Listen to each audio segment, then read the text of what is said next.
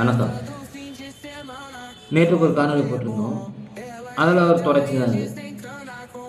இப்போ நம்ம அண்ணன் உருட்டுவார்.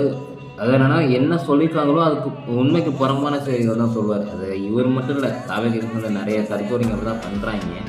சரி, ஓகே. இப்போது நேற்று ப்ரெஸ் மீட்டில் ராமதாஸ் அவர்களுக்கு ஆதரவாக சீமான் அவர்கள் பேசிட்டாரு அப்படின்னு சொல்லி அண்ணன் சொல்லியிருக்காரு. அவனை சொல்லி நிறுத்துங்களேன்டா, அவன் நிறுத்துற அது லூசுக்கு மட்டும் வந்துட்டே இருக்கான் வர நிறுத்துற அவனை. அண்ணன் என்ன சொல்றாரு கேளுங்க. விஜய் திட்டி பேசி தொடர்ந்து திமுகவுக்கு ஆதரவா அண்ணன் சீமான் செயல்பட்டு இருக்கிறது. இன்னும் ஒருபடி மேலே போய் பாருங்க, ஐயா ராமதாஸ் அவர்களை ஆதரித்து இன்னைக்கு ஒரு ஸ்டேட்மெண்ட் கொடுத்துருக்காரு. மொத்த கூட்டணியையும் ராமதாஸ் அவருடைய ஒத்த கூட்டணி ஜெயிக்கும் அப்படின்னு. நான் திரும்ப கேட்டிங்களா? இப்போது நாம் தமிழகத்தினுடைய தலைமை ஒருங்கிணைப்பாளர் சிந்தமன் சீமான் அவர்கள் பத்திரிகையாளர் சந்திப்பில் ராமதாஸ் அவர்களுக்கு ஆதரவாக என்ன பேசியிருக்காரு அப்படிங்கிறத தெரிஞ்சுக்கலாமா?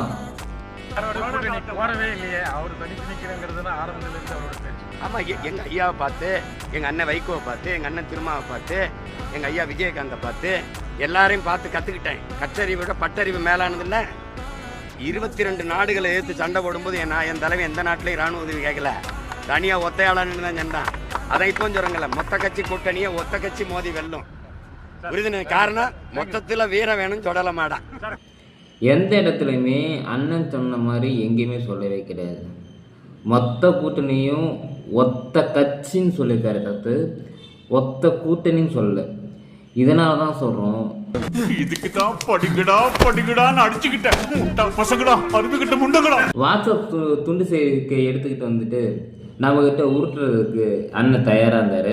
அவரை சம்பத்தேடி அடித்ததுக்கு நான் சந்தோஷப்படுறேன். யாருக்கும் இதில் எதுவும் கருத்து முறை இருந்தால் கீழே கமெண்ட்டில் தெரிவிங்க.